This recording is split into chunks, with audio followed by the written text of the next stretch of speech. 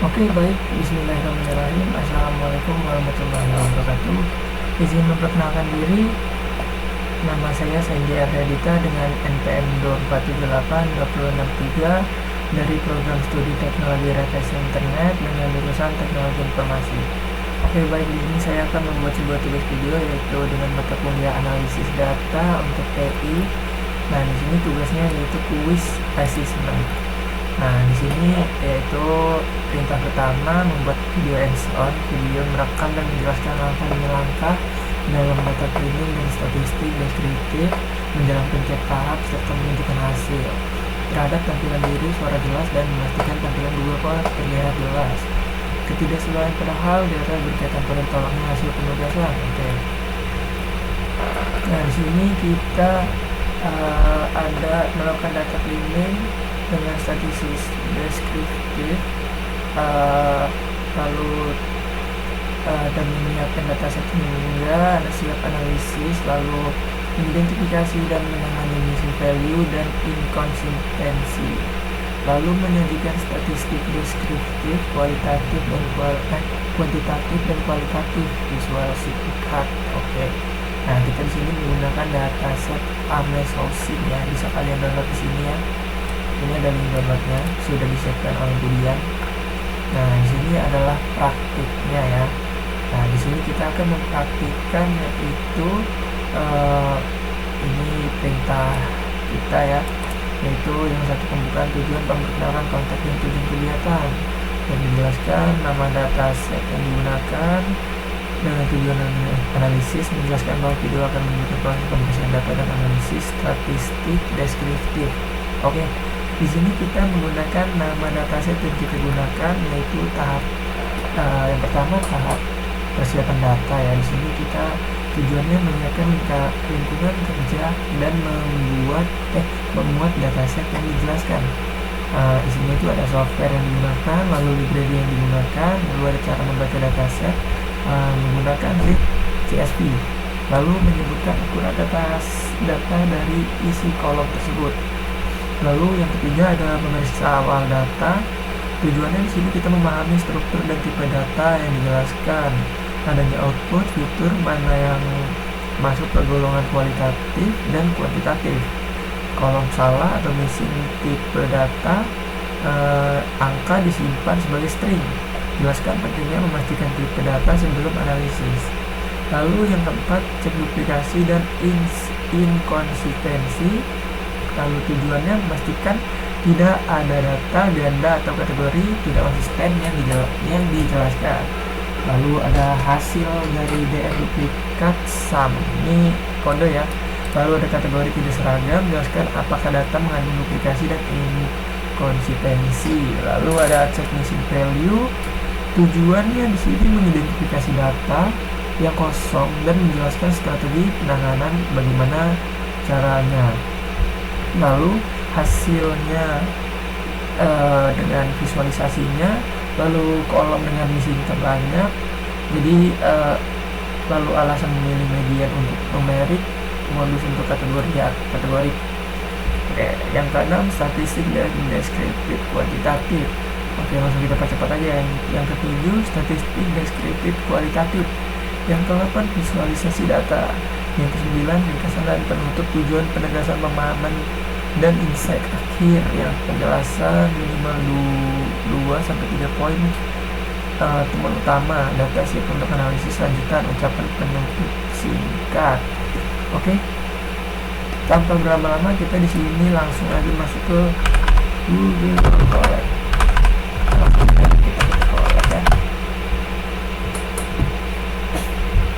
Nah, kita masuk Google Drive. Di sini kita bikin new notebook.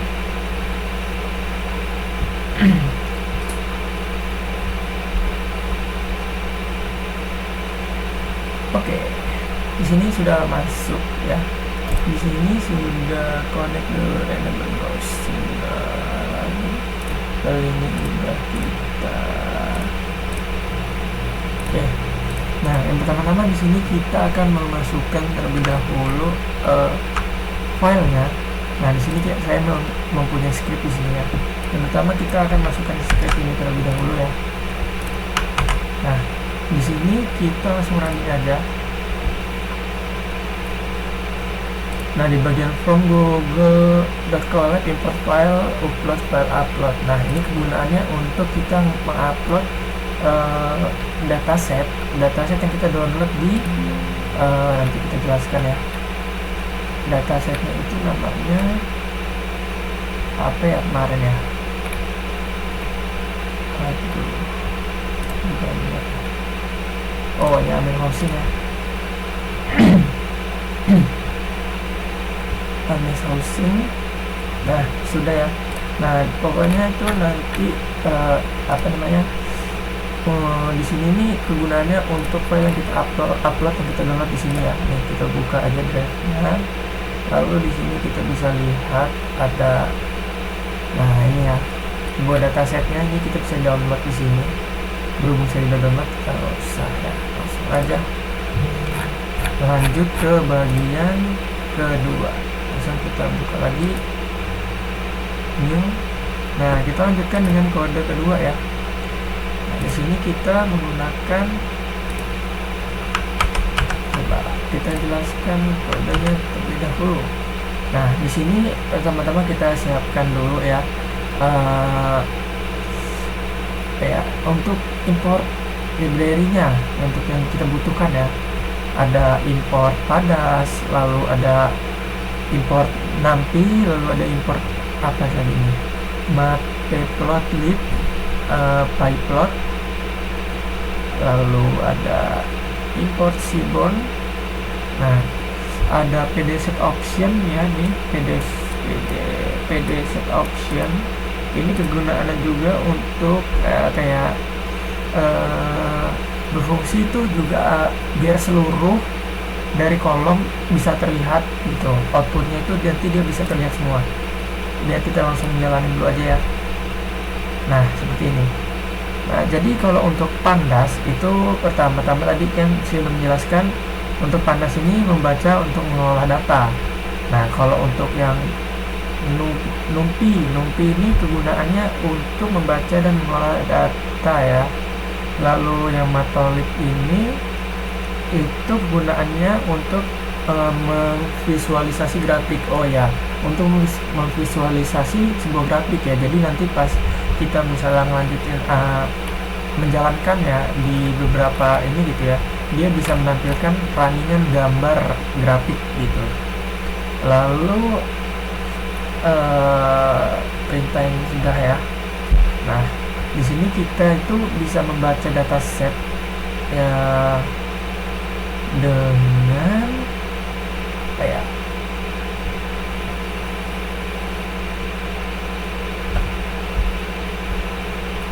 di sini kan ada konteks sama sourcing CSV, lalu ada ini ya, print ukuran dataset. Nah, untuk di bagian print dataset ini itu ya, di bagian kita ini sekarang itu hasil yang bisa kita lihat bahwa ada 81 dataset dari kolom. Artinya ada 1460 dari rumah yang menjadi sampel data. Kayak perintah info nih, misalnya perintah info nih. Nah, jadi kalau untuk perintah info itu dapat menunjukkan tipe data dari setiap kolom tersebut. Jadi untuk sebagian besar, jadi untuk berupa angka, lalu ada int dan float ya, sebagai berupa teks seperti ini nih. Ada 81 ya. Untuk head juga seperti itu kegunaannya. Jadi kita juga bisa melihat beberapa data awal untuk memahami isinya.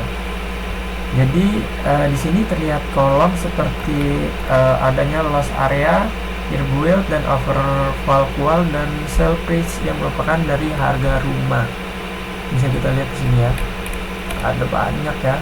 Juga ada sebuah kolom sini, sebuah table ya. Nah, ini kan bisa kita lihat nih, ada banyak ya. Kondisional banyak sekali. Oke, selanjutnya yang tadi kan kita yaitu tahap persiapan data ya, lalu kita menggunakan yang selanjutnya ini yaitu pemeriksaan awal data ya. Pemeriksaan awal data kita ambil dulu di sini. Nah, kita salin dulu, lalu kita tempel, lalu kita jalankan. Nah, di sini bisa kita lihat ya, untuk di bagian kode kan ada kuantitatif dan kualitatif. Nah, di bagian kuantitatif dan kualitatif ini adanya juga print, lalu print kolom kuantitatif dan print kolom kualitatif. Nah, dari hasil yang kita lihat ini, itu bisa kita lihat ya, kolom seperti kayak loss area, ada itu cell price dan real life area, juga itu data numerik ya dari gambar tersebut untuk di bagian hasil. Selanjutnya kita lihat lagi, ini pendek ya, banyak sih, tapi di sini ya kolom kuantitatif, berarti kalau kuantitatif order list gitu kan. Udah itu kalau kualitatif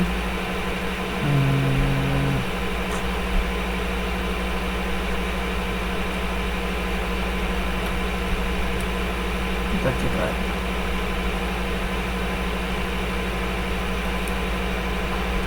Oke, kita lanjut aja ke bagian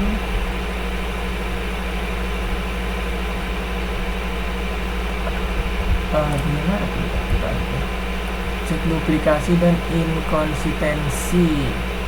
Oke, di bagian sini kita coba jelaskan terlebih dahulu kodenya dulu ya. Kodenya itu yang mana ya? Oh, ini.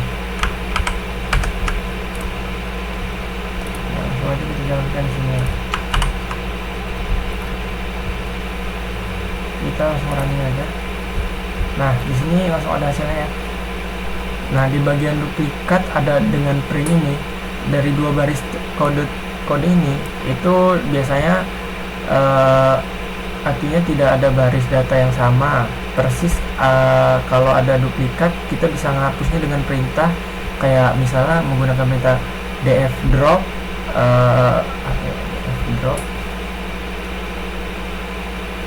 df drop ya, depannya aja ya. Df drop itu tandanya menghapus ya, untuk yang menghapus yang duplikat. Jadi df drop duplikat gitu. Oke. Selanjutnya di sini saya ingin memastikan bahwa data dari kategorial memiliki penulisan yang konsisten dari for kolom in kualitatif. Nah, di sini di bagian langkah ini kita juga bisa menampilkan sebuah kategori yang sedikit unik ya. Dari beberapa kolom pertama, jika kita lihat ada sebuah ejaan dengan seperti kayak apa ini sih, MS zoning, itu isinya RL, RH, FV, RM gitu kan. Nah, ini perlu diperbaiki ya. Nah, oke. Selanjutnya di sini kita akan lanjut ke bagian missing value. Cek missing value. Tujuan mengidentifikasi data yang kosong menjelaskan strategi penanganan yang dijelaskan. Oke. Di kodenya kita ada ya. Cek lagi dulu. Oh, ada ya. Nah, ini.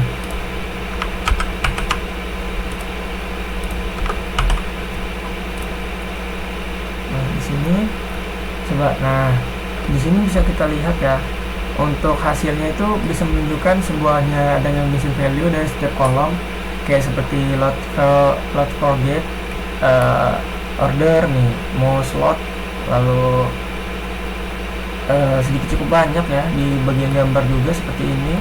Tuh ada MS subclass, load for text, lalu strip, load set, banyak bener ya, cell conditional, lalu year, build. Nah, lalu untuk bagian kode kayak PLT. Nah ini nih, di bagian sini, di bagian kode ini juga kayak menunjukkan dari bagian kode yang kosong atau kode yang kosong dari kita tahu kayak kolom, misalnya kolom mana yang perlu kita isi gitu untuk di bagian ini. Nah jadi kita itu sekarang tuh ingin mengisikan nilai yang kosong. Nah menggunakan apa? For ini. Nah jadi caranya itu ya kita menggunakan ini ya, kode ini, supaya apa? Supaya nggak kosong dari bagian kolom tersebut. Kan tadinya kita itu kan kayak dia masih ada yang kosong kan. Nah jadi di bagian ini kita mengisinya dengan nilai yang kosong tadi. Untuk kolom numerik saya isi dengan median, dan untuk kolom kategorial dengan modus gitu. Nah kita menggunakan kode ini. Lalu di bagian total di sini value ini hasilnya ada 0 ya. Nah kalau ada yang 0 gini kayak biasanya itu artinya itu nilai yang kosong ya, sudah terisi dan dataset sudah bersih. Nah berarti untuk bagian dataset ini sebenarnya udah bersih ya, makanya dia di sini bisa kita lihat 0 ya, kayak order 0, PID 0, lalu MS subclass 0, MS zoning 0, lalu ada mouse slot, IR slot, cell type dengan cell conditional. Misalnya ya dilihat sendiri, ini ada yang 0 banyak. Nah selanjutnya kita langsung masuk aja ke bagian mana lagi, check missing value sudah jelas ya tadi ya. Oke. Yang ke-6 statistik, deskriptif, kuantitatif.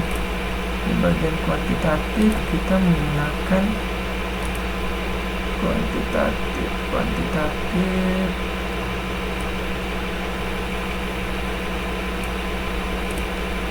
Ini kuantitatif ya.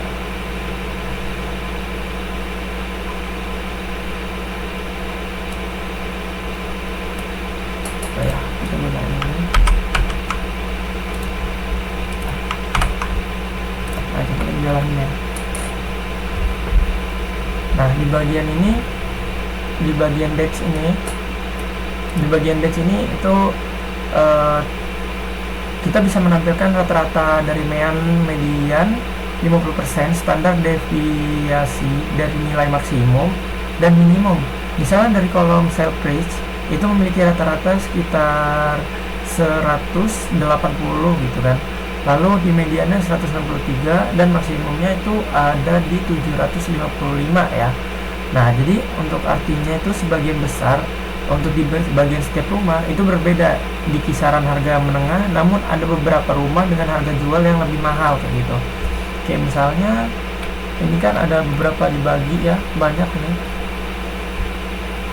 Ada Mean, STD min 25%, 50, 75 ya. Oke.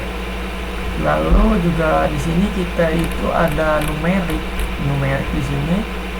Nah di bagian numerik ini kita menggunakan CV menunjukkan seberapa besar dari penyebaran nilai dibandingkan dengan rata-rata. Jika CV kecil itu berarti data kita kayak lebih homogen gitu. Jika lebih besar berarti datanya lebih beragam seperti itu. Nah untuk di bagian print contoh interferensi lalu dengan CV, nah dari hasil ini kita bisa menyimpulkan loh bahwa kayak harga rumah itu memiliki tingkatan dari variasi yang sedang kayak gitu. Misalnya artinya tidak terlalu seragam lah, tetapi juga tidak ekstrim. Jadi kayak ibaratnya dia itu mahal tuh enggak, murah juga enggak gitu. Nah jadi selanjutnya kita masuk ke bagian tadi kuantitatif ya. Sekarang deskriptif kualitatif. Oke. Di bagian deskriptif kualitatif deskriptif kualitatif di sini kita menggunakan kode yang ini ya, semoga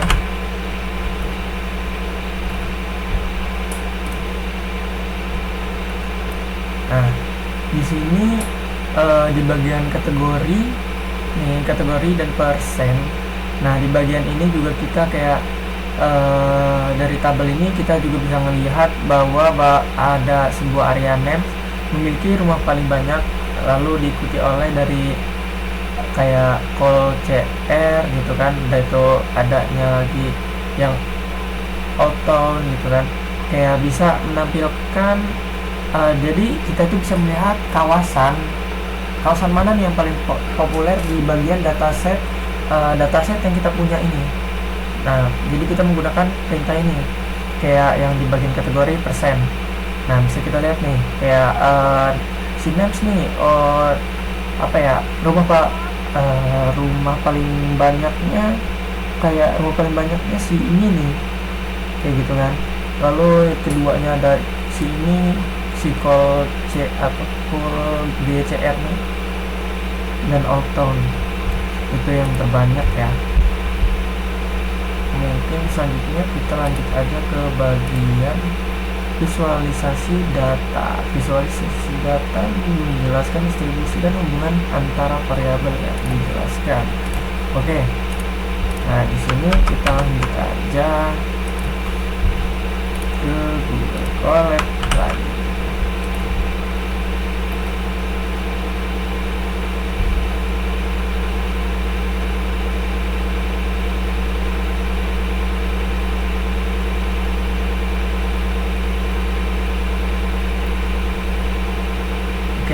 Kok agak lama ini ya sinyalnya kayaknya.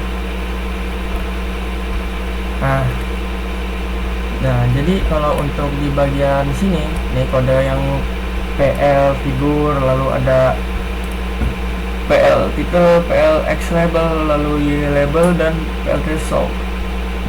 Nah jadi untuk di bagian grafik ini juga kita bisa menunjukkan bahwa distribusi harga rumah itu miring ke kanan ya, agak sedikit miring ke kanan. Jadi kalau kita lihat artinya itu kayak lebih banyak rumah dengan harga yang menengah ke bawah dibanding rumah yang sangat mahal. Berarti tandanya itu kayak lebih murahnya itu lebih banyak gitu ya, ketimbang harganya yang mahal gitu. Ya mungkin marketing dari mereka juga lebih berbeda dari cara-caranya lah ya. Nah kalau untuk di bagian box plotnya itu kayak kita itu bisa memperlihatkan dari hubungan dari antara kualitas rumah, udah tuh harga jual, itu dia tuh semakin tinggi apa enggak sih, gitu kan. Nilai kualitas juga kan semakin tinggi pula biasanya di bagian harga rumah. Kayak jika kolom over qual tidak ada, kode ini otomatis menampilkan kolom numerik sebagai pertama untuk gantinya. Oke. Di bagian chart area rumah ini ya, harga rumah nih, harga rumah XY label. Nah di bagian XY label ini itu tandanya itu biar kita itu bisa ngeluarin grafik batang dari menampilkan jumlah rumah dari setiap area. Terlihat bahwa area names di sini memiliki batang tertinggi ya, yang tadi kita lihat di sini nih. Nah yang bisa kita lihat di sini ya, itu paling tinggi dia ya. Jadi dia merupakan kawasan dengan jumlah rumah paling banyak seperti itu. Nah, mungkin cukup ya untuk tugas kali ini. Juga kita sudah membahas. Oke, kita lanjut ke nomor 9 nya untuk ringkasan dan penutup. Di bagian ringkasan penutup, mungkin sedikit saya simpulkan ya hasil dari proses analisis data kali ini. Untuk data set kita menggunakan array sourcing, tadi sudah kita bersihkan ya, jadi nggak ada kayak duplikasi atau missing value. Lalu bisa kita lihat juga ya tadi ya, jadi untuk diisi data Amin Housing ini, untuk harga rumah itu rata-rata dari sekitaran $180 $180.000 lah ya, dengan variasi yang sedang tadi itu ya. Jadi kayak dia nggak terlalu mahal dan juga nggak terlalu murah kayak gitu. Lalu untuk distribusi harga, tadi itu harga rumah itu dia lebih miring ke kanan ya. Jadi menandakan lebih banyak rumah yang berharga menengah ke bawah ya. Jadi bisa kita lihat untuk rumah yang lebih murah itu lebih banyak ya ketimbang yang harganya mahal kayak gitu. Nah, udah itu juga kayak untuk di bagian area 9 tadi itu kan dia tuh paling tinggi ya. Jadi rumahnya yang paling banyak itu dia mencapai 443 untuk di bagian frekuensi, lalu presentasinya 15 juta 15.000 lebih lah ya. Nah, untuk kualitas rumah terbukti ya, jadi berpengaruh gitu besar terhadap harga jualnya. Jadi kayak dengan hasil ini mungkin dataset juga kayak untuk siap digunakan untuk analisis selanjutnya, seperti kayak prediksi harga rumah menggunakan regressi linear atau algoritma machine learning. Mungkin ya sekian lah ya tugas video kali ini untuk mata kuliah analisis data untuk TI dari saya, Sandy Aryadita. Terima kasih, mohon maaf jika masih ada salah atau kurang jelas. Saya akhiri, wassalamualaikum warahmatullahi wabarakatuh.